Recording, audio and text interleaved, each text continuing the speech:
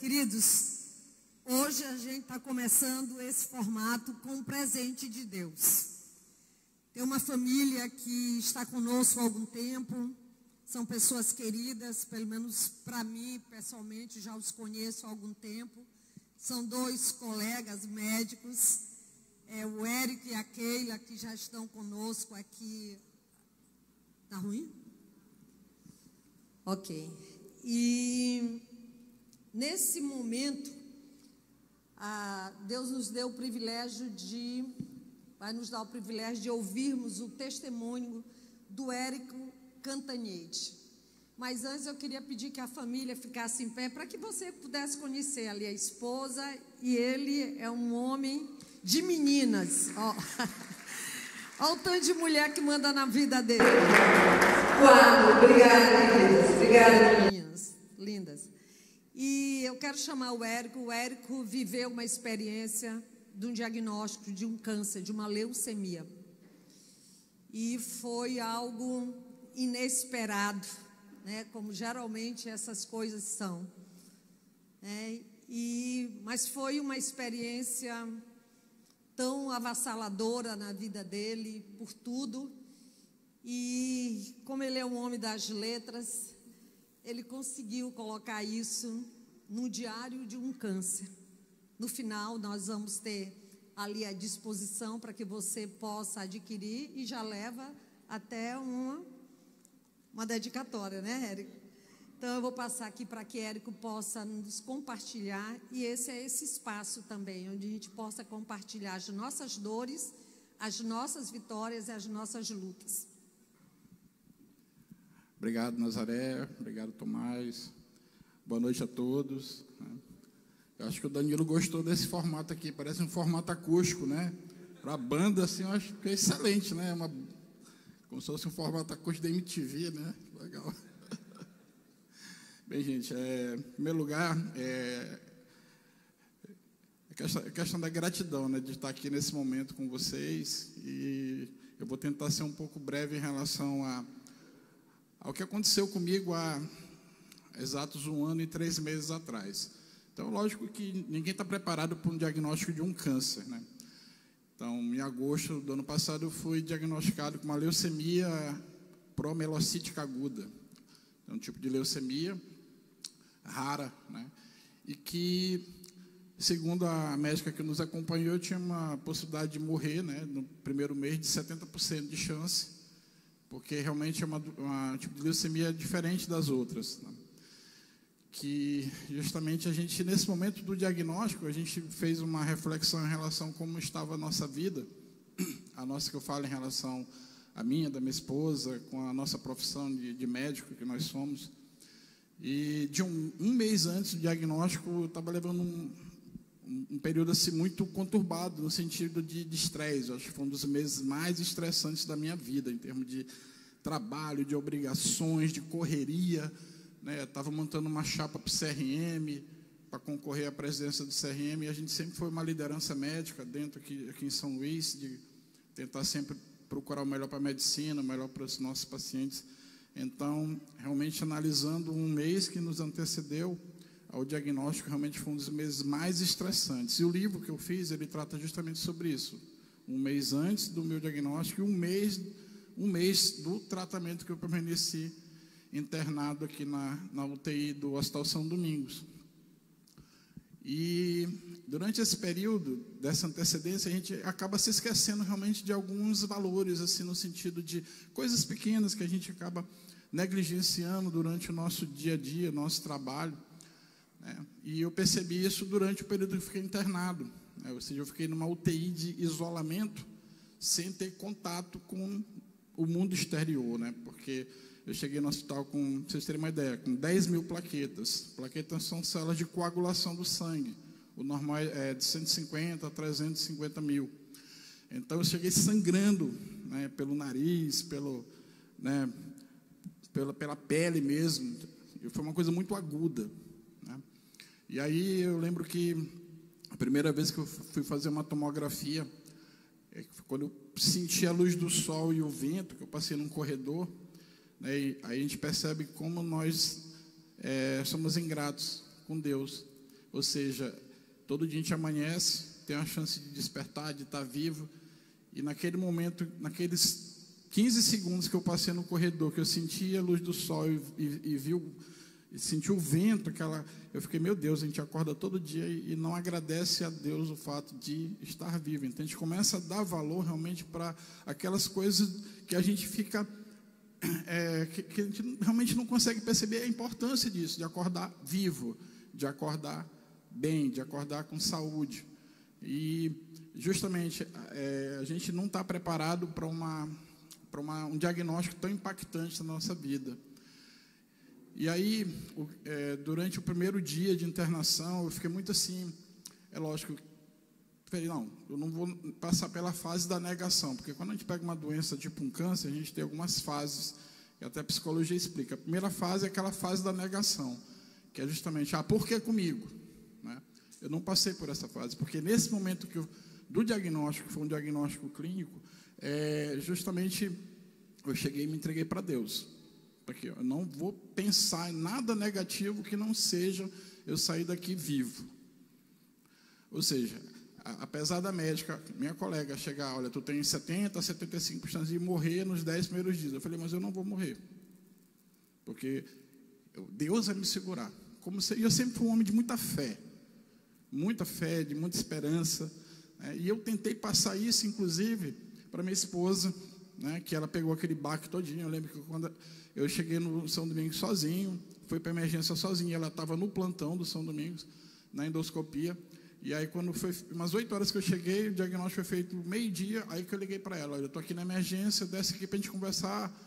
E aí quando ela chegou, que me viu daquele estado, ela ficou desesperada. Eu falei, calma. Eu falei assim, calma, isso aqui é uma leucemia, a gente vai tratar. E nessa hora ela desesperou, foi correndo atrás da médica, e a médica veio e passou, falou as mesmas coisas que ela tinha me falado. Eu falei, não, isso aqui a gente vai superar isso aqui, tá? E aí teve uns momentos assim realmente bem angustiantes, que é quando eu tive que dar essa notícia para os meus pais. Meus pais são idosos, meu pai tem 88, minha mãe tem 79. E aí eu tentando contornar aquela coisa, não, eu estou internando aqui para poder fazer uns exames e tal, mas isso a classe médica toda já estava sabendo, porque foi tipo assim um racho de pólvora, assim, né? Aquele cara, o Érico, o líder, o professor, o diretor do hospital, lá do Socorrão, sabe, cirurgião, endoscopista, ele teve uma queda agora, no sentido assim, caiu. Então, não tem chão para ele. Então, isso aí se tornou assim, muito assim, emblemático, né? Pô, como é que pode? O cara estava aqui, eu ontem estava operando, estava consultando, estava dando aula, agora está lá morrendo, lá no Hospital São Domingos. Então, nesse momento, eu tentei blindar meus pais, né? Mas só que não teve jeito, porque com 2 dias depois, a minha esposa, sem querer, colocou num grupo de WhatsApp, pedindo orações para mim, né, que eu estava grave. E aí meu pai estava no grupo, e aí quando ele olhou, foi aquele desespero. Mas todo dia eu fazia chamada de WhatsApp para ele de vídeo, aquela coisa, dizendo que eu estava bem, quando eu não estava, na verdade. Passei por um período chamado síndrome do Atra, né, que é do quimioterápico, que esse é que mata o paciente, né, e eu passei por esse período, né, e inclusive eu tive várias experiências espirituais, né, de quase morte, né, mas em nenhum momento, acho que a coisa mais importante que dizer para você é o seguinte, em nenhum momento eu perdi a minha fé, em nenhum momento, sabe? E isso é importante a gente passar para as pessoas, porque minha formação é de cirurgião oncológico, né? Então eu operava muito câncer aqui no Nurabelo durante um período. E aí uma coisa que eu ouvi de um aluno meu, quando eu internei, ele falou assim, professor, hoje é um dia de cada vez, né? E é o que eu falava para os pacientes, hoje é um dia de cada vez, né? E, assim, então, em resumo, a gente passou por esse período, né, de quase morrer. Deus deu essa oportunidade de a gente estar aqui vivo, né? E eu lembro uma vez que quando eu trabalhava no Nurabelo, eu via aqueles pacientes oncológicos, terminais, eu ficava pensando, não, um dia se eu tiver um câncer, eu vou pegar essa doença, vou escrever um livro contando o período que eu passei, que eu sobrevivi, e eu vou mostrar para as pessoas que realmente não é um diagnóstico tardio, não é um diagnóstico terminal, né? Porque a palavra final vem de Deus. Isso eu coloquei desde o começo. Quando a médica veio falar comigo, eu falei, a palavra final vem de Deus. A minha esposa, também médica, ela, em nenhum momento ela se afastou, assim, uma guerreira, 24 horas por dia. E a primeira pessoa que eu falei para ela procurar, eu falei, Keila, procura a pastora Nazaré. Porque eu sei o que ela vai conversar contigo, entendeu? Eu sei o que ela vai te orientar. Eu falei para ela procurar 3 pessoas, né? A pastora Nazaré, uma amiga minha, Suzy, que é psiquiatra, e a Terezinha, que é uma amiga de faculdade dela. Procura essas 3 pessoas e conversa, porque eu sei que daqui a pouco está todo mundo sabendo e vai ser as coisas distorcidas, tudo vai ficar distorcido na mente das pessoas. Então, aí, quando a gente conseguiu realmente passar pelo período da prova, do deserto, né, que eu falo, desses 10 primeiros dias, eu ainda fiquei internado ainda durante 3 semanas ininterruptas, também nessa UTI de isolamento, né? E aí foi quando eu comecei a receber meus pais, né? Porque assim, a imunidade da gente é como se o organismo todo desse um restart, né? Ou seja, todas as células são pré-fabricadas novamente, começa a fabricar todas as células de defesa, células de coagulação, né? E aí é como se fosse um restart, só que eu peguei esse restart também, não, vou ter que restartar algumas coisas na minha vida também. Não adianta só ter o restart celular, né? Mas também preciso também fazer o restart, né, de percepções em relação à nossa vida. Então, uma das coisas que me impactou muito foi chegar também cheio de planos a semana toda de correndo para a eleição. Aí eu falei, realmente nós não temos o controle sobre nada. Então foi assim, uma lição, assim, uma pancada, como se assim, Deus desse uma, senta aí, que agora é comigo, tu não tem controle sobre nada.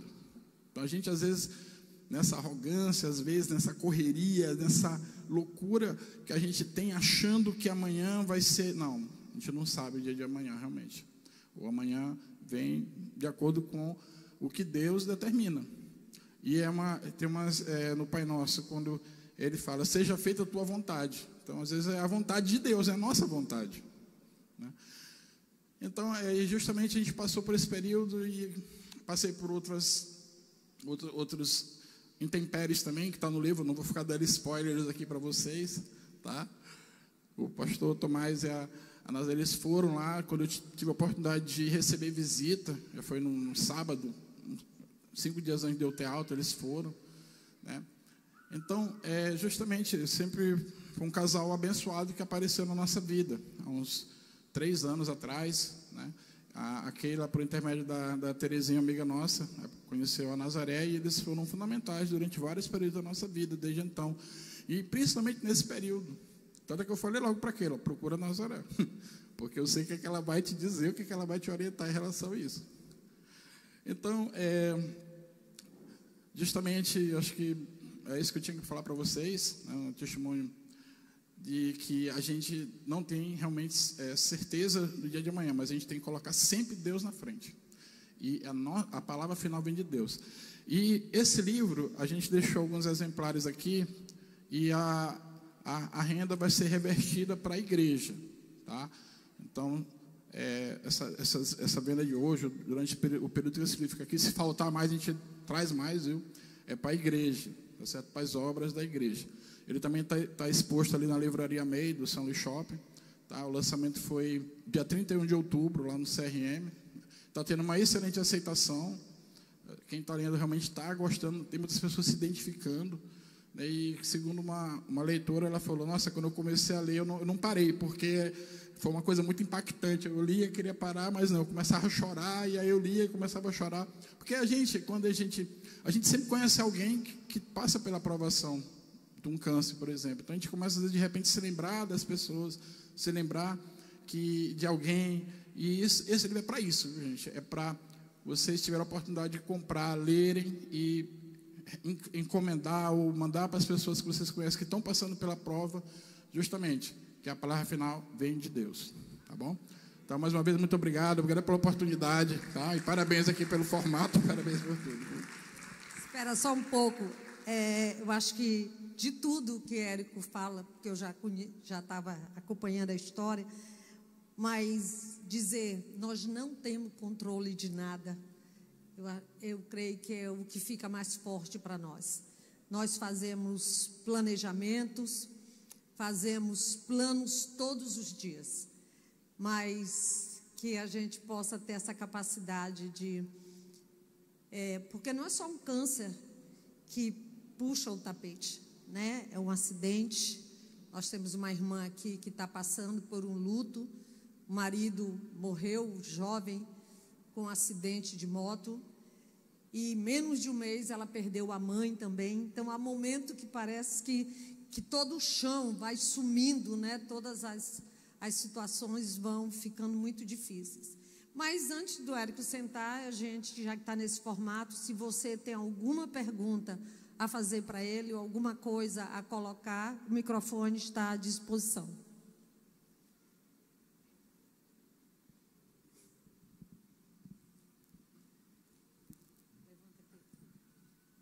Oi, Érico, boa noite. Eu me chamo João, sou aqui da comunidade. A minha dúvida é em relação aos outros colegas, né? Eu tenho uma sobrinha que é médica e, às vezes, quando ela sabe de algum diagnóstico de alguém de câncer, né? Ele, às vezes, é quase fria em comentar algumas coisas assim, fulano vai morrer, sabe? E eu creio diferente. Eu tenho um cunhado que teve um milagre, que também, quem sabe, ele pode vir testemunhar também um dia aqui. E eu sei que Deus pode fazer o impossível. Eu queria que tu comentasse um pouco como é que tu sentiu em relação aos colegas médicos e se houve outras pessoas de fé como tu. Obrigado pela pergunta. Bem, normalmente, pelo fato de a gente lidar com a vida e com a morte, a gente acaba sendo um pouco, não assim, um pouco frio, mas a gente sente. Tá? Então, eu lembro muito bem o primeiro paciente que eu perdi, né, que Deus levou. Na verdade, eu sempre digo que o médico é um instrumento de vida e morte. O médico é igual um anjo, é vida e morte. Mensageiro de boas e más notícias, né?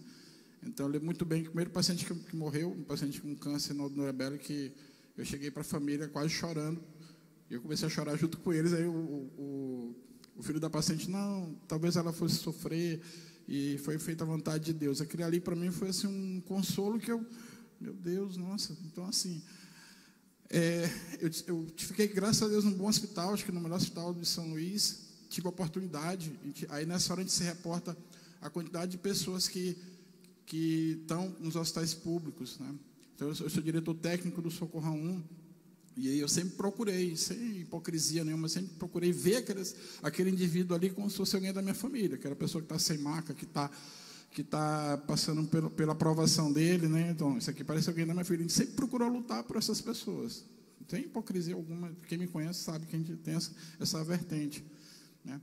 Então, mas a gente percebe que realmente os colegas, eles tentavam passar aquela força, mas assim, nossa, mas o cara vai acabar, eu acho que ele não vai conseguir. Tanto é que as mensagens que depois eu vi nos outros grupos que me mostraram era realmente assim, ele vai morrer. Ele vai morrer. Entendeu? Por mais que a pessoa entrasse lá, às vezes eu entrava para saber como é que eu estava, assim, não, ele ainda não morreu, mas ele está quase para morrer. Então, mas a pessoa entrava assim, talvez para ver, não acredito, não, ele está bem, não, ele está melhorando e tal. Passou uma positividade muito grande. E eu já tive pacientes que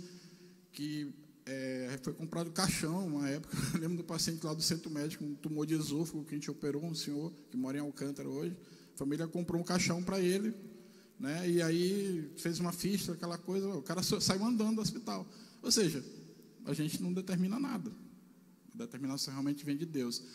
E durante esse período também, pelo fato de eu ter ficado num bom hospital, que não me faltou nada, eu sempre fui doador de sangue, sempre. Eu convoco as pessoas aqui para a importância da doação de sangue.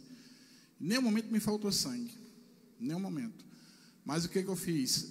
Durante o período que eu estava internado, eu resolvi fazer uma mini campanha de doação de sangue para as pessoas que estavam internadas nos hospitais públicos, tá? Então a gente conseguiu mobilizar.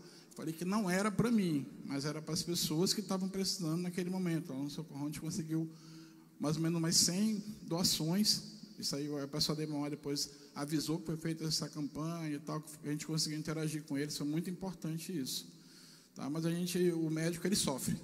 Não tenha dúvida não, que a gente sofre também. Obrigado, querido. Muito obrigada. Isso aqui é o livro. Glória a Deus.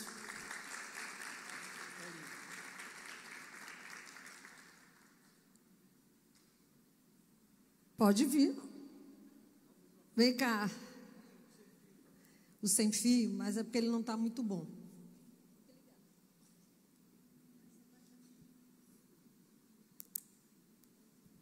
Boa noite a todos. Não, só para acrescentar que quando você perguntou sobre as pessoas de fé, é uma segunda vez que nós passamos por um momento difícil. A nossa filha de 18 anos, quando eu tinha 1 ano de idade, ela teve um problema de saúde muito grave, ficou internada numa UTI com asma grave, numa época em que nem tinha muita gente experiente em UTI pediátrica.